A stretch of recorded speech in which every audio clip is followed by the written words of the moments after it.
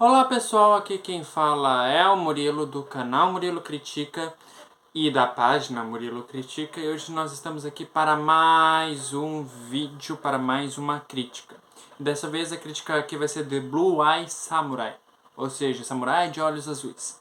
Então deixem suas curtidas, comentem, compartilhem com seus amigos e se inscrevam aqui, tanto no canal do YouTube quanto na página do Instagram. Bom, vamos começar. Samurai de Olhos Azuis é uma obra de arte, em todos os sentidos, em todas as suas inovações, em todas as suas particularidades. Samurai de Olhos Azuis era para ser considerado um anime, né? Porque para mim, na minha questão, não foi de total forma considerado um anime, né? Para mim é uma animação, mas com traços, obviamente, de anime, né? Não dá pra fugir muito disso. Na minha concepção e em toda a profundidade que Blue Eye Samurai traz, né, no caso, o Samurai de Olhos Azuis, é muito importante ressaltar que visualmente, ou seja, a característica de fotografia, ângulo de câmera, principalmente detalhes que mesclam o 3D com o 2D, que automaticamente eu ressalto aqui principalmente a questão da fotografia. Eu começo falando da fotografia, eu começo falando dos traços da animação, eu começo falando justamente desse aspecto e desse fator e desse quesito, justamente por ser o ponto mais alto da série animada, né? É isso que eu falo, porque, tipo, foi tudo bem feito, foi tudo bem estruturado, foi tudo bem trabalhado, e tudo, de certa forma, corrobora para que o Samurai de Olhos Azuis, essa série, essa animação seriada, seja com que tenha todos os créditos e tenha todo o amor e identidade própria que os diretores quiseram passar. E principalmente uma das mentes desse projeto foi o diretor de Blade Runner 2049, se não me engano. Literalmente foi o diretor de Blade Runner. Então, assim, a gente já dá pra ter uma mescla de noção do que espera, entende? E justamente por isso e por entre outros motivos que Samurai de Olhos Azuis é tão bom, tão perfeito e em toda a sua complexidade essa animação tem todos os créditos por isso, né? E agora, falando aqui na questão narrativa, né? Eu falei assim, já de cara, despachando e desembanjando toda a questão da fotografia, toda a questão da mescla que envolve muito bem a questão do 2D com 3D, as lutas artísticas que eu já vou comentar isso mais adiante, mas eu primeiro vou falar justamente da história, tá? A história é justamente da Mizu, porque é uma mulher, a Samurai de Olhos Azuis, se fosse colocar um artigo antes, seria a Samurai de Olhos Azuis, porque é ela, a Mizu, no caso, que em todo esse tempo ela se passou por um homem justamente pelo seu motivo e pelo seu viés de vingança. Ela quer vingança contra os 4 homens ocidentais. Para quem não sabe, a Ocidente vem do lado dos Estados Unidos, Europa, todo esse lado a oeste, e o Oriente é o lado chinês, é o lado japonês, o lado leste, né? Só para ficar bem claro, né? E toda essa questão de repassar essa questão de, tipo, se passa no Japão, a história se passa no Japão, se passa no Oriente, onde 4 homens ocidentais praticam tráfico ilegal de armas, assim, e que nesse meio tempo, um desses 4 é pai da Mizu, automaticamente responsável pelo nascimento, assim, dos olhos azuis dela. Os olhos azuis é muito importante ressaltar que na mitologia japonesa isso representa o Onryo. O que é o Onryo na mitologia japonesa? é a nossa concepção de um ser das trevas, de um ser puro mal, tá? É essa concepção de um ouro na mitologia japonesa. E automaticamente, quando a Mizu nasce de olhos azuis, os olhos azuis eram considerados pessoas de puro mal, pessoas com caráter maligno, no caso.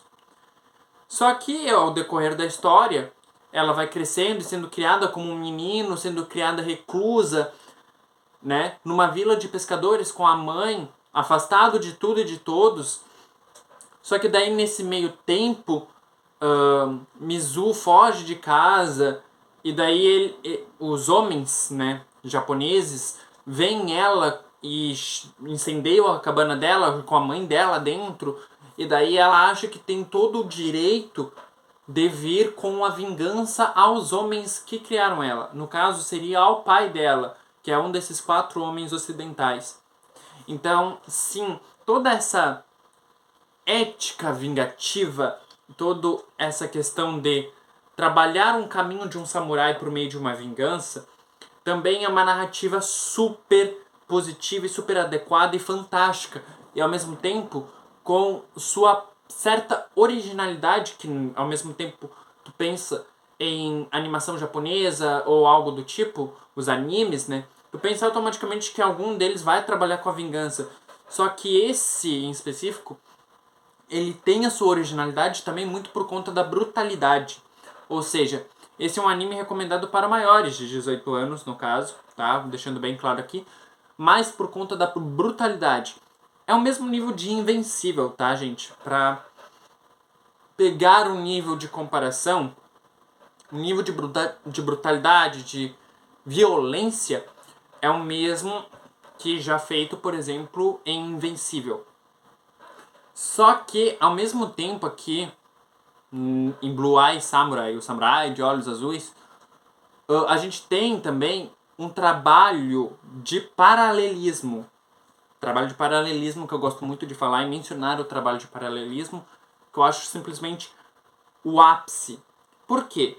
Um trabalho de paralelismo é um trabalho em que se faz ações contínuas e que se fazem ações que essas ações contínuas vão ser referenciadas. A última, por exemplo, vai referenciar a última ação, vai ser referenciada de uma ação antecessor, ou seja, um ato em que o personagem já fez anteriormente, para fazer um paralelo imagético, ou seja, um paralelo de imagem do que o personagem protagonista ou qualquer outro fez no seu passado, refazendo agora no presente de uma maneira diferente, mas que o paralelo está presente também na memória e no íntimo do personagem.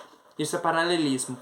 E isso tem muito nessa série, tem muito nessa animação, tem muito nesse anime, porque o paralelismo ele é muito presente. E assim, tipo, falas, diálogos que comovem muito a essência e mexem muito com a prerrogativa do que é a identidade da Mizu, por exemplo. Isso é muito importante ressaltar aqui. Também tem uma consciência ética social que está presente ali como uma lição explicitamente para os espectadores, tá? Principalmente por conta da identidade da Mizu, que ela teve que fingir por muito tempo ser um homem para ganhar um certo prestígio, né? E isso é muito importante ressaltar também, que na sociedade oriental japonesa do século XVIII, basicamente, século XVIII, século XVII, toda essa questão era muito assim repugnante, né? No caso, também tem a questão do casamento planejado, né? Que vai ser trabalhado também muito pela questão da Akemi, que é outra personagem que está presente em Blue Eye Samurai, não tão bem desenvolvida quanto, por exemplo, Mizu e quando Taigen, que o Taigen é outro personagem que também faz parte ali em torno do protagonista. E eu acho muito importante também dizer que isso tudo do Blue Eye Samurai, do Samurai de Olhos Azuis, é que faz com que tudo ao redor do Mizu, da Mizu no caso, seja estritamente relacionado também com seu passado. Ou seja, todos os personagens, o Taigen, a Akemi, o Saki, o Ringo, todos eles que estão em torno da Mizu já tiveram alguma relação com que a Mizu sentia falta do seu passado.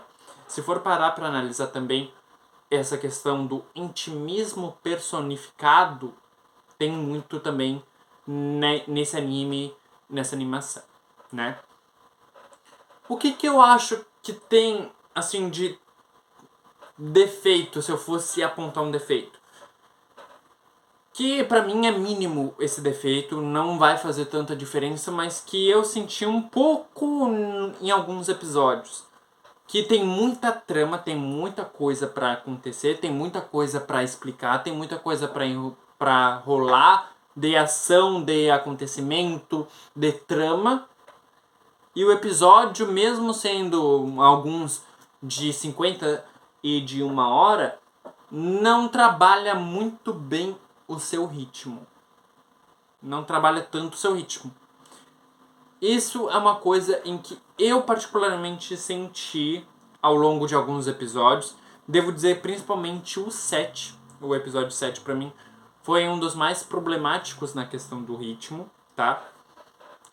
O terceiro também, em alguns aspectos, também foi muito mal trabalhado o ritmo.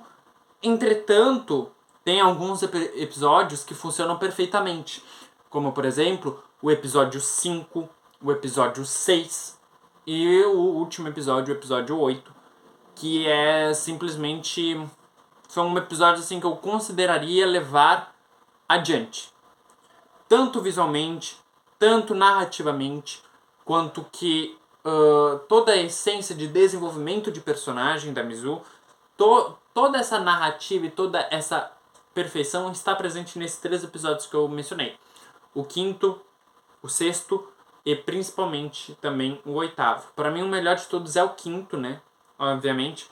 O 8º ficou devendo algumas coisas no final, mas creio que justamente porque vai ter uma segunda temporada, né? Vai ficar devendo pro final. Mas, encerrando aqui a crítica, encerrando toda essa falação que eu tive aqui com vocês sobre o Samurai de Olhos Azuis, no caso, o Samurai de Olhos Azuis só sem o artigo, né, no caso, eu dou uma nota 9,9 para Samurai de Olhos Azuis. Com um mínimo defeito ali de ritmo em um episódio em específico que me incomoda um pouco, mas tirando assim toda essa questão, o Samurai de Olhos Azuis é perfeito. É perfeito, não tem assim de fato nenhuma coisa que incomode de fato. Então Samurai de Olhos Azuis é 9,9 de 10. E eu vou encerrando a crítica aqui, deixem suas curtidas, comentem, compartilhem com seus amigos e se inscrevam no canal aqui do YouTube e sigam a página no Instagram. Vejo vocês na próxima crítica.